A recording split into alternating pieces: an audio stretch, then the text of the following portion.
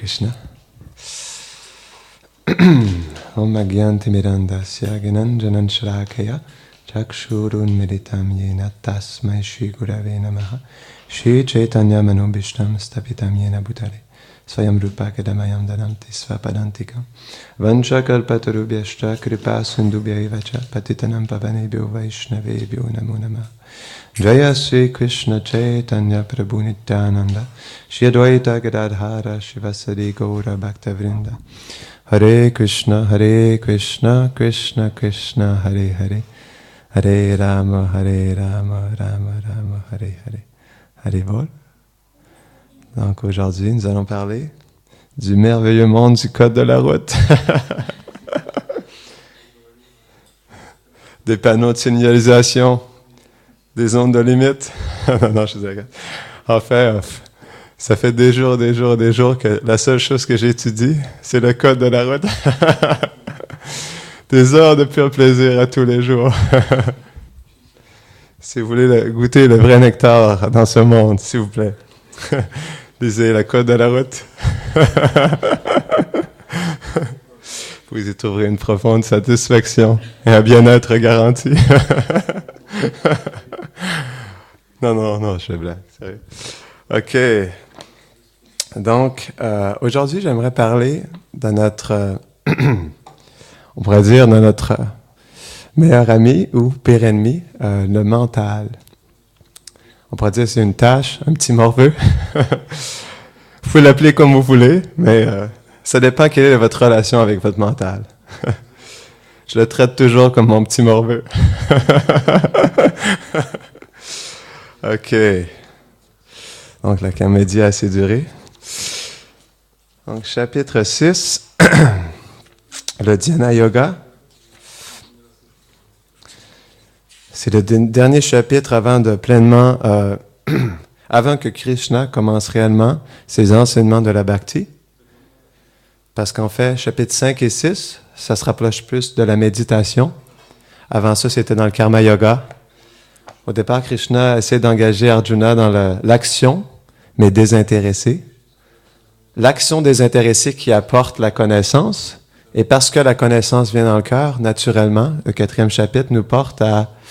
Non, le 5e chapitre, en fait, nous pousse au renoncement de l'action. C'est expliqué que qu'on renonce l'action ou qu'on renonce l'action en termes de mentalité, ben les deux, ce sont les mêmes résultats. Puis ça culmine dans le 6e chapitre, justement, où lui, qui, renonce l'action, décide, parce qu'il voit que ce monde est temporaire, de s'absorber plus dans la contemplation, dans la méditation. Mais justement, pourquoi il parle du mental dans le chapitre 6? C'est parce que pour pouvoir contempler la vérité absolue, il faut avoir un mental qui est calme. Je peux peut-être partager quelque chose d'intéressant. Je vais vous poser une question. C'est expliqué dans le Bhagavatam que le mental est généré d'un des modes de la nature lorsque la création commence. De quel mode de la nature pensez-vous que le mental apparaît? Pardon? La passion? Et pourquoi la vertu?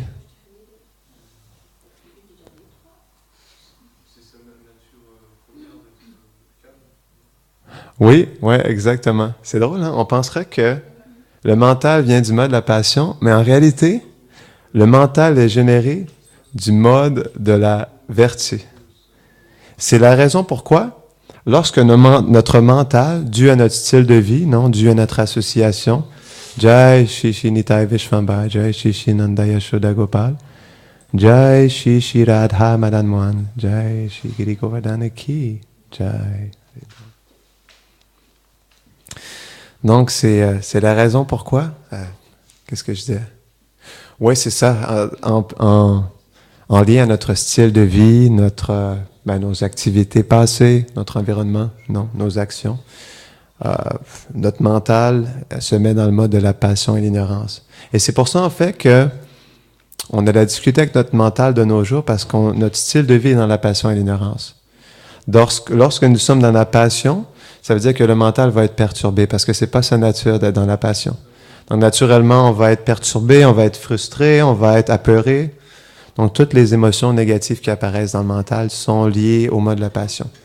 Puis l'ignorance est un mental qu'on ne peut pas contrôler du tout, non, qui nous amène n'importe où. Ouais. Ben, le mental, en fait, veut dire accepter et rejeter. C'est la fonction première du mental. J'accepte ceci, je rejette cela. Mais si on est dans le mode de l'ignorance, on va accepter les choses qui sont mauvaises pour nous et on va rejeter les choses qui sont bonnes. Et si on est dans le mode de la passion, on va trop vouloir accepter des choses. Non, c'est pas ça que je voulais dire. On va trop vouloir accepter tout ce que le mental nous propose. Je vais vous donner un exemple personnel. Je suis désolé, je vis le renoncement, donc j'ai que des exemples de renoncement. Donc, je suis désolé. Mais quand j'ai joint l'ashram de Brahmachari, après les 3 premiers mois, en fait, ben, ça dépend des ashrams, mais quand j'ai joint, j'avais un profond désir de porter le safran. Parce que je savais dans mon cœur que j'allais faire Brahmachari toute ma vie. C'était un désir que j'avais cultivé de toute ma vie entière, de toute ma jeunesse. Puis, donc, normalement, il y a une période de, comment on dit ça, de probation, non? Où on est plus un étudiant, on porte le blanc, où on tente la vie de renoncement, le style de vie de renoncement, pour voir si justement on a la couenne. Est-ce que vous dites ça ici? La couenne assez dure? Non? Donc, une autre expression que vous pourrez mettre dans votre vocabulaire, à sortir à tout bon moment. Donc, pour voir si on a de la couenne dure. La couenne dure, ça veut dire si on est assez fort pour ce style de vie. Donc c'est ça. Normalement, il fallait attendre une période d'1 an, mais moi, comme en fait, dû à mes vies passées, j'avais un profond désir de vivre le renoncement complet. Je suppliais mes autorités de bien vouloir me donner la couleur safran. Je leur pleurais. « Ah, s'il vous plaît, donnez-moi le safran! » Et c'est un bon exemple pour montrer la nature du mental. Donc, c'est quelque chose que je cultivais dans mon cœur depuis longtemps, depuis ma jeunesse. Quand j'étais jeune, je disais ça à mes parents, « Je vais vivre dans le célibat toute ma vie. » Et en fait, quand on m'a donné le safran, le jour suivant, ça vous montre le mental. Le jour suivant, mon mental me donnait toutes sortes de scénarios dans ma tête. Non, mais qu'est-ce que tu fais? Pourquoi portes-tu le safran? Tu devrais te marier, tu devrais avoir plein d'enfants, tu devrais avoir une belle maison, tu devrais aller travailler, tu devrais aller vivre dans un autre pays. Donc, dès que il y a quelque chose dû à, justement, le mental qui cherche toujours à accepter et rejeter, qui est comme un enfant, dès que quelque chose est apparu dans ma vie, on pourrait dire, qui a traumatisé le mental, qui est comme l'enfant, le mental a rejeté immédiatement. Et là, cette journée-là, j'étais rempli de cette confusion, en fait, de ce désir de juste tout abandonner, cette vie de renoncement pour aller justement plus dans la vie de l'attachement. Puis, j'ai rencontré mon autorité, le moine supérieur. Et je lui ai partagé ça, puis il m'a dit quelque chose qui m'a vraiment choqué, du coup. Il m'a dit, en fait, il m'a juste dit tout simplement, il m'a dit, « Ah, laisse tomber immédiatement, c'est juste ton mental. » Et on pourrait dire, « Ah, ça dépend du candidat, mais en fait, bon, ça faisait juste 3 mois que j'étais dans l'ashram, c'était pas la fin du monde, donc j'aurais quand même pu faire quelques mois de plus, quelques années. Mais il m'a coupé tout de suite, en fait, cet enfantillage qui se passait dans ma tête à ce moment-là. Et bon, je vous explique. Jai, Prahlad Nishingadev Ki, Jai. Je vous explique cette situation, mais ça peut s'appliquer à n'importe quelle situation qui s'est présentée dans votre vie, en fait. Donc, juste pour vous montrer que c'est vraiment ça la nature du mental. C'est comme un enfant, un mental, en fait. C'est la nature d'un enfant. C'est pas capable d'être contrôlé. C'est spontané. C'est impulsif. Ça fait des crises. C'est vraiment comme un enfant. Et c'est comme un enfant qu'il faut traiter le mental, en fait. Qu'est-ce qu'on fait avec un enfant? Je suis sûr que certains d'entre vous le savent plus que moi. Comment doit-on agir avec un enfant qui n'est pas contrôlable, qui fait des crises?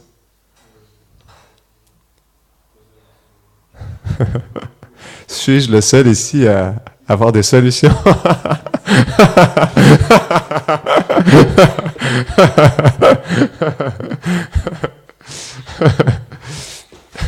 Oui, bien.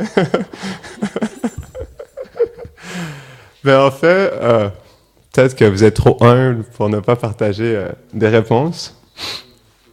Mais un enfant, c'est ça. Il faut. Ben, ça dépend de la situation, en fait. Ça dépend de la situation. Donc, parfois, quand ça devient. Comment je pourrais dire? Quand ça devient trop intense ou trop. Quand ça pète les plombs.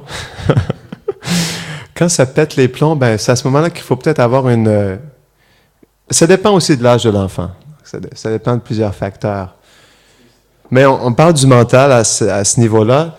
Donc, en fait, comme un enfant, il faut parfois, quand ça se répète trop souvent et que l'enfant n'apprend pas sa leçon, parce qu'on a essayé plusieurs fois calmement de, justement, éclaircir l'enfant sur son mauvais comportement, c'est à ce moment-là qu'il y a une méthode un peu plus, je pourrais dire, directe, pour appliquer un peu de pression sur l'enfant. Ben, c'est la même chose avec le mental. C'est justement, parfois, parce que le mental change trop de direction, pour pouvoir le ramener sur la bonne voie, ben, il faut amener une pression un peu plus intense. Donc, mettre une punition au mental. Bon, si tu n'écoutes pas ce que je te dis, on peut parler comme ça au mental, en fait, parce que comme je disais, c'est comme un enfant. Si tu n'écoutes pas ce que je te dis, ben, aujourd'hui, tu ne pourras pas avoir ça. On peut aussi faire ça avec le mental. Aujourd'hui, tu n'auras pas de sucrerie. Aujourd'hui, okay, si tu ne m'écoutes pas, je vais chanter 16 tours de plus. Tu m'écoutes? Je vais lire pendant 1 heure. Je vais lire la Bhagavad Gita pendant 1 heure. On n'ira pas prendre une marche aujourd'hui. Mais je rigole, mais c'est vraiment comme ça, en fait. On doit vraiment comprendre que le mental, c'est comme un enfant. C'est vraiment ça. Et ce qui arrive, pourquoi justement il y a des austérités à vivre dans une famille avec plusieurs, c'est que on ne doit pas négocier seulement avec notre propre mental, mais on doit négocier avec le mental de ses enfants, de son mari ou de sa femme. Donc, c'est ce qui fait que ça rajoute, en fait, ça rajoute de l'anxiété. Parce que en plus de négocier avec notre mental, on a d'autres mentales qui ont aussi leurs problèmes, qui ont aussi leurs limites et qui ont aussi parfois leur saute d'humeur. Mais c'est le don de soi, justement. C'est ce qui fait que la vie de famille, c'est une belle école parce que ça nous aide à développer ça nous force. Ça nous force à développer la tolérance, l'humilité. À ne pas être attaché à recevoir du respect pour soi. Parce que nos enfants, nous, on les respecte, mais peut-être qu'eux ne nous respecteront pas. Donc, c'est une belle position, en fait. Donc, c'est ça, dépendamment de la condition du mental. Il faut parfois le punir, le mettre dans un coin. Il faut même l'ignorer. Ça, c'est une bonne technique. L'ignorance intentionnelle. Mais quand l'enfant est trop jeune, on ne doit pas ignorer l'enfant. Donc, c'est ça que Bhaktivedanta Prabhupada expliquait, c'est la culture védique. Quand l'enfant entre 0 et 5 ans, parce qu'il a un attachement profond envers le parent, puis il y a une certaine insécurité qui est là, on ne doit pas... C'est malsain de laisser l'enfant dans un coin pleurer, en fait. De le punir dans un coin, de le laisser pleurer. C'est un peu cruel, parce que l'enfant, il ne comprend pas tout à fait. Parce qu'il est très attaché aux parents, puis sa discrimination due à l'intelligence qui n'est pas très développée, lui permet pas de comprendre tout à fait, justement, la portée de ses gestes.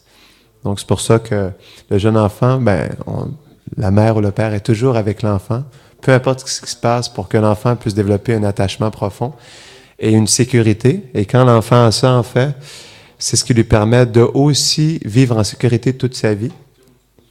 Et parce qu'il a eu l'attachement de ses parents à ce niveau-là, il peut vivre détaché, en fait, pour le reste de sa vie. Donc, c'est l'importance de l'éducation parentale. C'est un autre sujet, là, mais on pourra peut-être parler de ça une autre fois.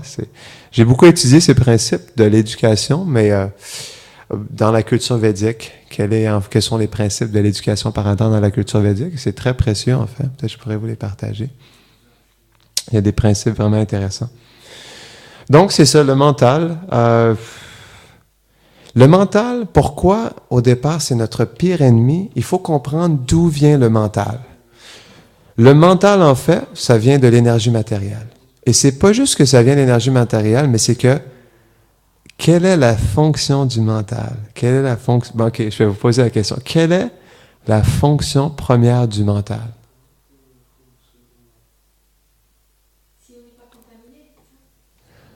Si, ben, quel est le dharma du mental? C'est le service, c'est ça. Il sert l'intelligence. Oui, il sert l'intelligence, oui. Krishna dit dans la Bhagavad Gita, au départ, il y a les sens. Plus haut que les sens, il y a le mental. Plus haut que le mental, il y a l'intelligence. Plus haut que le mental, plus haut que l'intelligence, il y a l'âme, la conscience. Donc, définitivement, le mental doit être contrôlé par l'intelligence, ce qui veut dire la connaissance, qui nous aide à comprendre quel choix faire dans la vie. Tu disais? Ouais?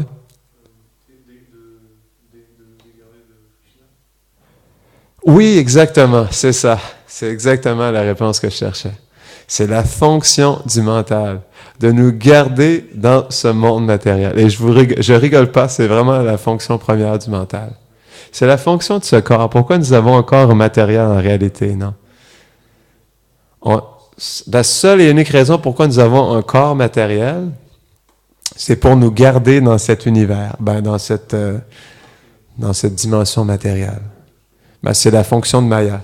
Parce que nous avons eu le désir de vivre dans l'oubli de Krishna et le rejeter.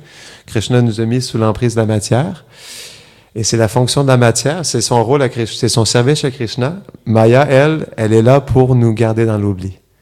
Donc, parce que c'est son service, le corps qu'elle nous offre est là pour nous garder dans une complète ignorance. C'est pour ça que nous devons absolument cultiver notre conscience spirituelle. Parce qu'à la base, le corps, il est Maya. Donc, si on s'applique juste au niveau d'énergie matérielle, ou si on applique notre conscience juste au niveau matériel du mental, du corps, des sens, de l'intelligence, naturellement, on va avoir l'emprise de Maya. Parce que c'est sa fonction. C'est ce qu'elle souhaite faire. Donc, c'est pour ça que c'est notre ennemi, le mental. En fait, il faut constamment douter de notre mental. Constamment. Parce que l'énergie matérielle est extrêmement puissante. Même dans le service de dévotion, on pourrait penser que, si je prends cette décision, ça va être mieux pour moi. Mais aussi, ça peut être le mental qui nous fait rejeter un autre choix dévotionnel qui pourrait être plus favorable dans notre avancement et accepter quelque chose de plus défavorable. Donc, c'est vraiment un piège, le mental. Donc, c'est pour ça qu'il faut constamment douter. Et Krishna, il explique dans j'ai pas encore lu de verset, mais je peux peut-être expliquer ça. C'est la solution pour comment contrôler le mental. J'allais lire un verset au début, mais là, on est parti dans une explication spontanée. Mais je vais vous lire le... Ah non, c'est pas ça. C'est dans le 3e chapitre, en fait. J'oublie. À la fin du 3e chapitre,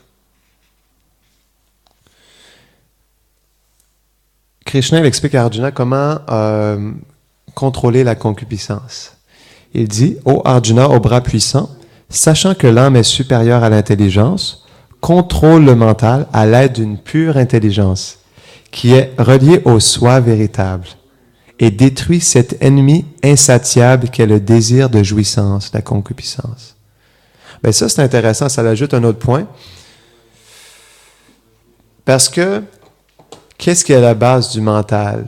Qu'est-ce qui est à la base de ce corps? C'est l'origine de toute cause, c'est notre désir. Le péché originel, non? Le péché originel, c'était notre désir vraiment stupide, hein? Quand on y pense. On était vraiment idiots, hein? Tellement des fous, comme Gurdjieff expliquait hier. On est complètement fous. D'être attachés à ce monde matériel. Puis on était complètement fous à la part d'être attirés à ce monde. En fait, Bhaktivinoda Thakur, il décrit dans Javadharma l'expérience du jiva avant qu'il descende dans le monde matériel, dans l'univers matériel. Il explique en fait qu'il est à la jonction, tatasta, l'univers, pas l'univers, mais le twilight, le crépuscule, non? C'est la zone entre les deux mondes. Et bon, certaines âmes ont regardé la dimension spirituelle, Vaikuntha, et ont été attirées par les opulences de la dimension spirituelle. Et certaines âmes ont regardé dans l'univers matériel, ont été attirées. Et en fait, quand j'ai lu ça, ça m'a donné cette image-là dans ma tête, que c'est comme si, c'est ça qui est venu dans ma tête, en fait, quand j'ai lu ça, c'est comme si j'avais l'image d'un homme qui regarde le monde matériel, mais qui voit une sorte de cirque, non? Rempli de lumière, non? Rempli de feux d'artifice, rempli de mouvements comme des montagnes russes, non? Le clown qui fait sa petite danse, qui attire notre attention. Donc, c'est comme ça que j'imaginais, en fait. Parce que, pourquoi serions-nous attirés au monde matériel? Il y a dû, je ne sais pas exactement comment, mais c'est ce qui s'est montré c'est ce qui est venu à moi à ce moment-là. On a dû justement apercevoir quelque chose qui nous a extrêmement fascinés. Parce qu'en réalité, oui, c'est fascinant parce que c'est quand même une énergie de Krishna. Donc, c'est puissant. C'est même plus puissant que nous. C'est ça que Krishna explique, que cette énergie qui m'appartient est extrêmement difficile à traverser ou à vaincre. Seulement en t'abandonnant à moi peux-tu vaincre ou passer au-delà de cette énergie matérielle. Donc, à quelque part, on a été attiré par ce théâtre, non? Ce cirque ambulant. Donc, c'est ça. C'est notre ennemi. Donc, il faut constamment, à travers la pure intelligence, parce que c'est vraiment important. C'est pour ça qu'Hérodev écrit les livres. Il les écrit pour que vous les lisiez. Est-ce que vous les lisez? Il faut les lire. C'est sûr que, on a l'association de Gurudev. Il est présent, il est accessible. Mais il faut quand même lire ses livres parce que son cœur est dans ses livres. Son cœur est présent. Et on peut beaucoup sentir sa présence en lisant ses livres aussi. Définitivement. Oui? Comment faire l'intelligence entre le mental?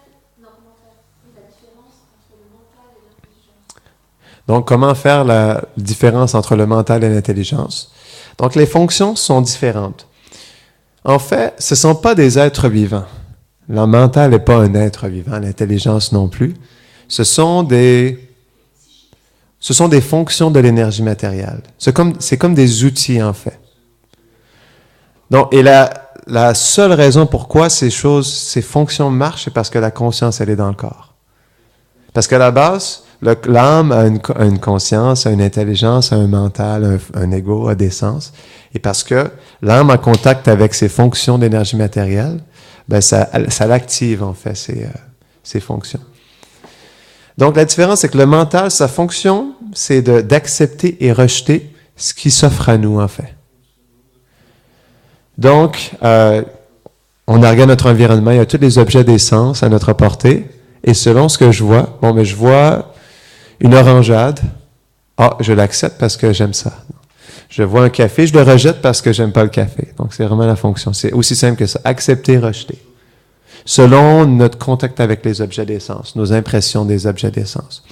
Et l'intelligence, c'est discriminer, en fait, à savoir ce qui est bon ou mauvais pour moi, qui nous aide à accepter ou rejeter ce que le mental nous dit. Le mental a toujours le dernier mot.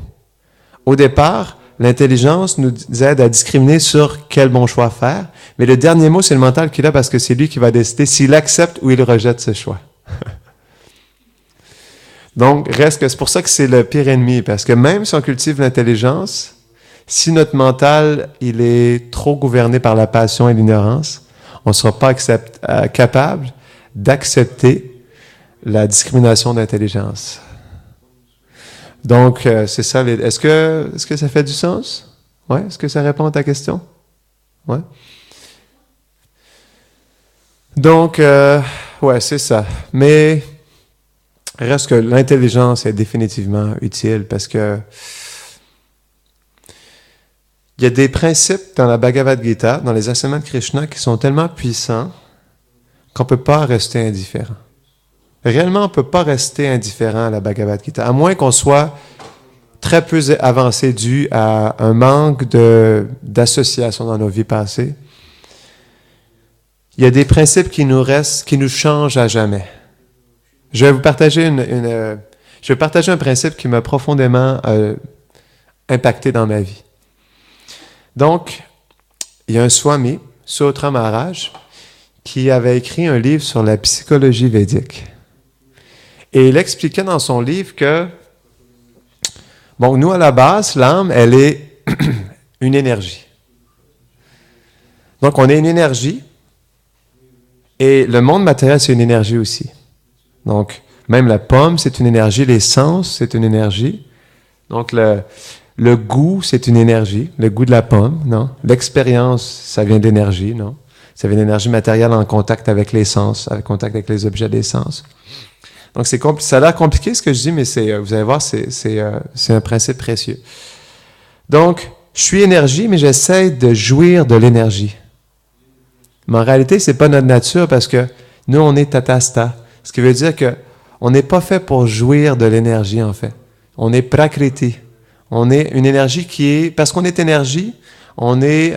comment on dit en français? Enjoyed. On est lui qui... pardon? Oui, c'est ça, en fait. Donc, on est prakriti. Tout ce qui est énergie, en fait, et l'énergie est, comment on dit, enjoyed. Je ne sais pas comment dire en français. L'énergie, c'est pas elle qui jouit. C'est elle qui se fait... Je sais pas comment... c'est pas elle qui jouit. C'est Krishna qui jouit de son énergie. Je ne sais pas si vous comprenez. C'est vraiment juste lui, en fait. Parce qu'il est le seul Purush. Tout le reste, c'est Prakriti. Donc nous, parce qu'on n'a pas le droit de jouir indépendamment, parce que ce n'est pas notre fonction. C'est juste Krishna, parce qu'il est Purush, c'est sa fonction de jouir de ses énergies.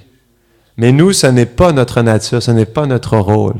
Et c'est pour ça qu'on souffre énormément, parce qu'on va complètement à l'encontre de notre nature, d'essayer de jouir des énergies de Krishna.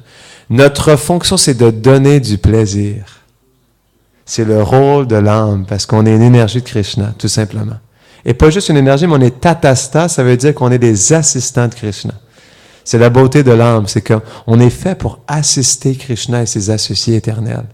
C'est notre nature. Et c'est le seul moyen pour être pleinement satisfait et heureux dans ce monde. Même dans ce monde aussi. Donc, tant et aussi longtemps qu'on va essayer de jouir de la matière, pour notre propre plaisir, on va souffrir. Parce que c'est pas notre nature. Donc, quand j'ai entendu ça, wow, ça m'a vraiment jeté par terre, ce principe. Wow! Et pas juste ça. De qui essaye-t-on de jouir si cette énergie ne nous appartient pas? Et là, je vous dis, ça m'a vraiment complètement jeté par terre. Parce que cette énergie matérielle, c'est Durga. Durga est une expansion de Lakshmi, et Lakshmi est une expansion de Radharani. Ça veut dire qu'indirectement, on essaie de jouir de la compagne de Krishna. Et quand j'ai lu ça, wow, ça m'a vraiment traumatisé, là. Vraiment. Je me suis dit, est-ce que, si j'ai un peu de respect, de respect pour Srimati Radharani, si je l'adore comme mon Ishtadev, comme déesse suprême, donc, je vais avoir un peu de sensibilité à ne pas jouir incontrôlablement des énergies de Krishna. Parce que c'est Srimati Radharani. Donc, ça, c'est wow!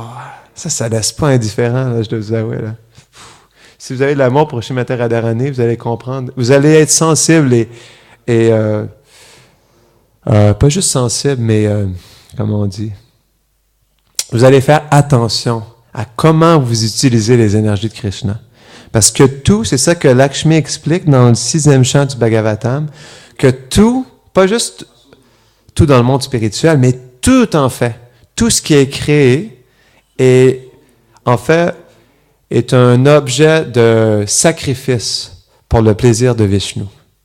Donc, tout ce qui est là, en fait, la pomme, l'argent, la maison, la fraîcheur du vent, tout ce qui donne une satisfaction est créé dans le but de plaire au sens de Krishna. Donc, c'est la fonction de la création. C'est la fonction de toutes les énergies. Donc, c'est comme ça que ça marche. Je suis désolé, mais on ne peut pas faire nos propres lois. On peut pas changer les lois de la nature. Parce que les lois, elles sont comme elles le sont. Ce n'est pas nous qui créons les lois. Nous, nous sommes des serviteurs. La seule chose que nous pouvons faire, c'est obéir aux ordres et lois de la nature. Parce que sinon, si on n'obéit pas à ces ordres, on se fait punir. Donc, c'est pour ça que c'est vraiment important de comprendre la nature de ce monde, comprendre le but de ce monde et comprendre la nature que nous sommes. C'est extrêmement important parce que la manière dont nous allons faire des choix, dont nous allons prendre des décisions, dont nous allons vivre les choses, ça va dépendre de comment on s'identifie. Donc, l'identification que nous avons à la base, ça va déterminer tout ce qui se passe dans notre vie. Si on s'identifie comme la matière, comme ce corps, et comme le faux ego, j'avais expliqué ça un peu dans la dernière classe, non? Si on s'identifie comme l'énergie matérielle, ben on va vouloir jouir. Et on va devoir subir les réactions de notre karma. Puis si on s'identifie à notre âme, âme veut dire un serviteur éternel de Krishna. Krishnera Nityadas. C'est qui a dit ça? C'est Chaitanya Mahaprabhu, non? Qui a dit ça à Rupa Goswami, je crois? Qu'on est un serviteur éternel de Krishna. C'est la nature de l'âme. Donc, si on s'identifie comme un serviteur éternel de Krishna, et un serviteur, à la base, est fait pour utiliser tout ce qui est à sa portée au service de son maître, naturellement, en s'identifiant comme un serviteur, on va regarder les objets de nos sens comme des objets qu'on peut utiliser comme sacrifice pour le plaisir de Krishna. Ça, c'est la bhakti, en fait. Ça, c'est la pure bhakti. C'est juste une question de conscience. C'est juste une question de perception. C'est aussi simple que ça. Il faut se percevoir comme un serviteur. Parce que de toute façon, c'est notre nature. On ne peut pas être autre chose que cela. Parce que c'est ce que nous sommes éternellement. Nous étions dans le passé des serviteurs éternels de Krishna. Nous sommes dans le présent des serviteurs éternels et nous serons éternellement dans le futur des serviteurs de Krishna. Donc, pourquoi ne pas l'accepter? Parce que c'est notre vraie nature. Et si on va selon notre vraie nature, c'est là qu'on va être pleinement heureux et satisfait. Il faut se voir comme un serviteur. Serviteur de Krishna, serviteur de Guru, serviteur des Vaishnavas. Puis, à ce moment-là, on pourra goûter au plein bonheur de l'âme. Et c'est à ce moment-là que Krishna va réciproquer avec nous, qu'il va se révéler. Parce qu'il va voir justement qu'on est prêt à être rétabli dans notre vraie fonction, dans notre vraie constitution éternelle de serviteur. Mais si Krishna voit qu'on ne veut pas être un serviteur, mais naturellement, il va nous couvrir. Puis il va nous mettre dans l'abandon de sa personne. Donc c'est aussi simple que ça. Donc est-ce qu'il y a des questions, commentaires ou réflexions? Oui?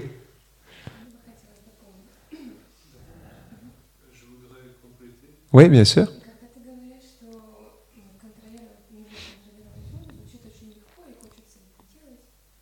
Lorsque tu parles de contrôler le mental, cela paraît très facile et cela donne envie de le faire. Mais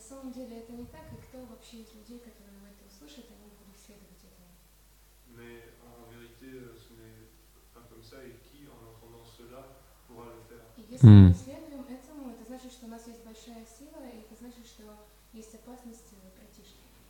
Et si nous agissons ainsi, cela signifie que nous avons une grande force et qu'il y a donc le danger de Pratishta. Et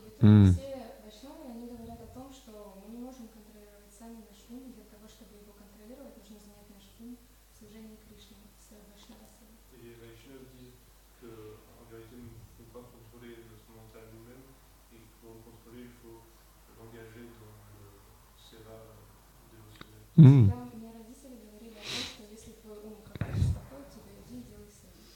Mes parents me disaient toujours que si ton mental n'est pas calme, engage-le à faire du service. Ah, merci beaucoup. Donc, pour ceux qui n'ont pas pu écouter, je vais le répéter. Donc, Rasamani expliquait que, comment contrôler le mental, c'est quelque chose, c'est facile à dire, mais c'est pas facile à faire parce que le mental est extrêmement puissant. Donc ça, c'était la première chose. Et la deuxième chose, on peut dire qu'on contrôle le mental, et justement, de pouvoir contrôler le mental, ça veut dire qu'on a une grande force. Mais justement, d'avoir cette grande force-là, ça peut nous amener dans le pratishta, dans la fierté que nous sommes capables de maîtriser le mental. Et, oui, la dernière chose, elle disait que, parce que le mental a besoin d'engagement, il faut toujours trouver un engagement pour le mental. En anglais, on dit, c'est moi qui rajoute ça, là. Mais en anglais, on dit, an idle mind is a devil's workshop. Qu'un mental qui est pas engagé est l'atelier du diable. Merci beaucoup. Donc, c'est ça, ouais, tout à fait. Le mental est extrêmement difficile à contrôler, mais c'est ça qu'Arjuna lui dit, hein, dans le 6e chapitre. Il dit, comment contrôler le mental? C'est comme si j'essaierais d'arrêter un ouragan avec mes 2 bras. Non. Donc, c'est extrêmement difficile, mais Krishna lui explique qu'à travers la pratique constante et le détachement, c'est possible. Il dit ça dans le 6e chapitre. Une pratique constante. Ouais. Et détachement veut dire détachement de l'âme en connexion avec le mental, en comprenant qu'on est l'observateur du mental. Parce que comme j'expliquais, le mental, c'est un outil, c'est pas une personne, donc ça peut être maîtrisé. Puis, juste avant ta question ou ton commentaire, je voulais aussi rajouter une bonne manière aussi de contrôler ce mental, c'est de le révéler à notre maître spirituel, au Vaishnava avancé. Parce qu'il nous aide à comprendre justement quelles sont nos faiblesses du mental ou quelles sont nos confusions en lien avec notre mental, avec ce qu'on accepte et ce qu'on rejette. Ils peuvent nous aider justement à comprendre comment fonctionne le mental, comment négocier. Ou parfois, ils nous aident à briser les mauvaises décisions du mental. Ouais. Mm-hmm.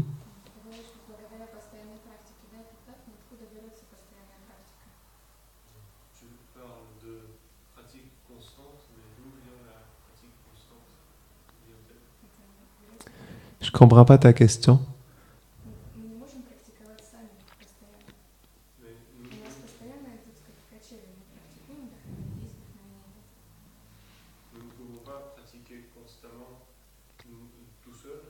Lorsque nous pratiquons tout seul, il y a toujours des hauts et des bas, partout il y a des inspirations.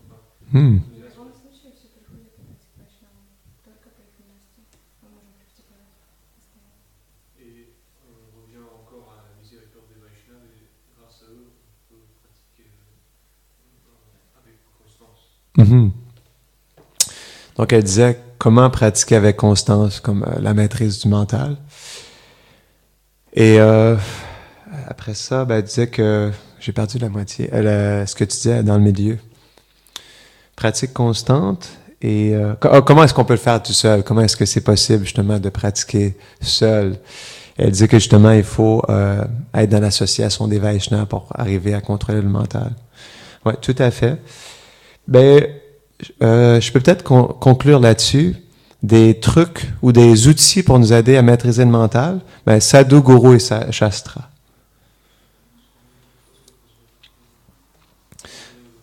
Donc, notre maître spirituel, qui nous connaît bien, qui nous guide, qui nous instruit personnellement dans la voie spirituelle, nous aide à maîtriser le mental. Et tu disais justement que c'est dur qu'on est seul parce que des fois, il y a des hauts et des bas. C'est justement ça, quand on n'est pas dans l'association de notre maître spirituel ou d'un sadhu, d'un Vaishnava plus mature dans sa dévotion, dans son contrôle du mental, c'est là qu'il faut justement la pure intelligence. C'est ça que Krishna disait à Arjuna dans le 3e chapitre. Lorsqu'on est seul en face avec notre mental, si on n'a pas une intelligence qui est forte, qui est infusée de la connaissance transcendantale, on ne sera pas capable de discriminer, d'accepter les choses favorables et de rejeter les choses défavorables. Donc, la connaissance, la cultivation de la connaissance pour fortifier l'intelligence est extrêmement importante pour maîtriser le mental.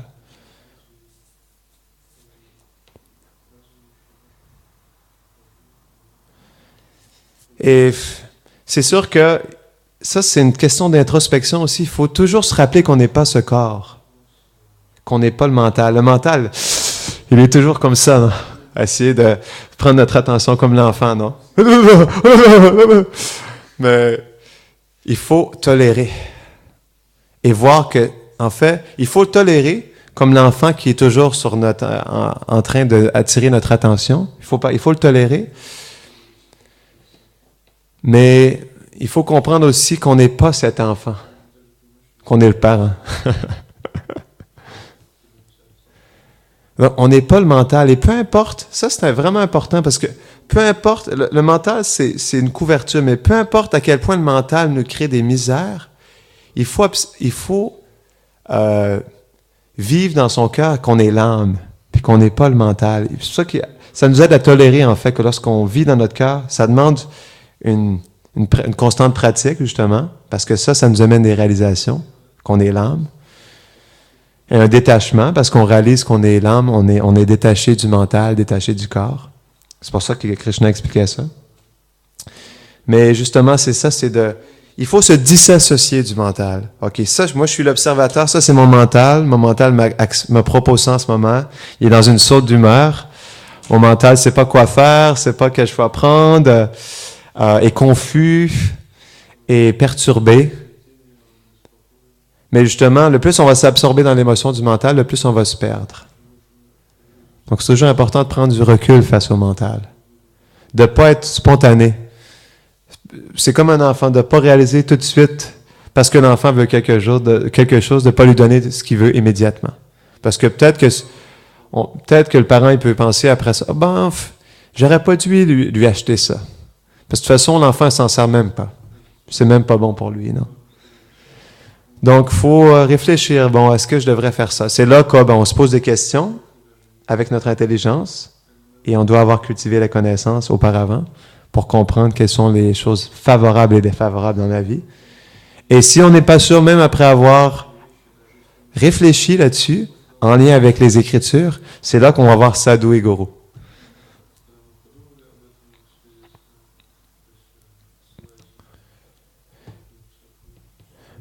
Mais on ne devrait pas non plus aller voir Sadhu et Guru juste pour constamment, même pour des détails insignifiants. Il faut se faire confiance. On est une âme spirituelle, on a une intelligence, on a de la connaissance, puis il faut pouvoir l'appliquer pour soi aussi. Parce qu'on n'est pas toujours dans l'association des Vaishnavas avancés. Donc, il faut avoir des outils personnels aussi. C'est important. Comme ça, quand on n'est pas dans l'association, on a quand même des outils pour faire des bonnes décisions, prendre des bonnes décisions. Face à nos émotions, face à nos choix de vie, face à notre environnement.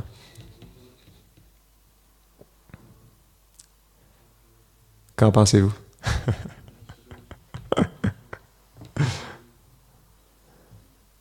C'est bon? Non? Est-ce qu'il y a autre chose? Non, c'est bon? D'accord. Je vous invite, comme je disais, à lire la Bhagavad Gita. C'est vraiment, vraiment important de cultiver la connaissance. Parce que Krishna dit dans la fin de la Bhagavad Gita qu'on m'adore, que lorsqu'on étudie mes enseignements, on m'adore à travers l'intelligence. On ne va pas juste l'adorer à travers l'intelligence, on veut l'adorer à travers le cœur aussi. Mais reste que c'est une forme d'adoration. Et le plus, Krishna, il est présent, c'est une personne, le livre. C'est expliqué que lorsqu'on lit la Bhagavad Gita, c'est comme si on serait sur le champ de bataille, comme Arjuna. Il n'y a aucune différence. C'est ça que Jiva Goswami l'explique. De lire la Bhagavad Gita parce que c'est les enseignements enregistrés de Krishna, c'est la voix de Krishna enregistrée sous forme de versants sanskrit. C'est exactement la même expérience que Arjuna, directement sur le champ de bataille. Donc, on ne peut pas dire qu'on est seul.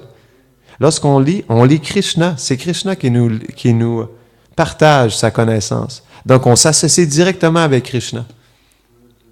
Et pas juste Krishna, mais avec l'auteur du commentaire. Ouais. Donc, c'est ça. Je vous encourage à lire la Bhagavad Gita. Lisez 15 minutes. Peut-être que ce n'est pas dans votre nature de trop lire. Certains d'entre vous, je ne connais pas exactement quelle est votre relation avec la cultivation de la connaissance, mais on doit avoir un minimum parce que C'est une des qualités humaines. Une des qualités humaines, peu importe notre nature, c'est de cultiver la connaissance. Donc, on doit, au minimum, minimum 15 minutes par jour. OK, minimum un verset et un commentaire. Est-ce que vous croyez que c'est possible? De lire minimum un verset et un commentaire par jour. Êtes-vous prêt à faire ça? Parce que c'est important. Parce que Gurudev, il disait ça une fois, il disait, oui, on veut pouvoir apprécier les divertissements de Krishna, et tu sais, c'est le plus grand joyau du Vaishnav, à s'absorber dans les divertissements de Krishna, mais il reste qu'on est encore dans un corps de matière, conditionné à différents niveaux par la matière, et la Bhagavad Gita nous aide à comprendre comment, justement, interagir avec la matière. Donc, c'est ça que c'est important. Bon, je ne m'attendrai pas là-dessus, mais... OK. Nitai Gaura Premanande, Grantara Srimad Bhagavad Gita ki. Jai.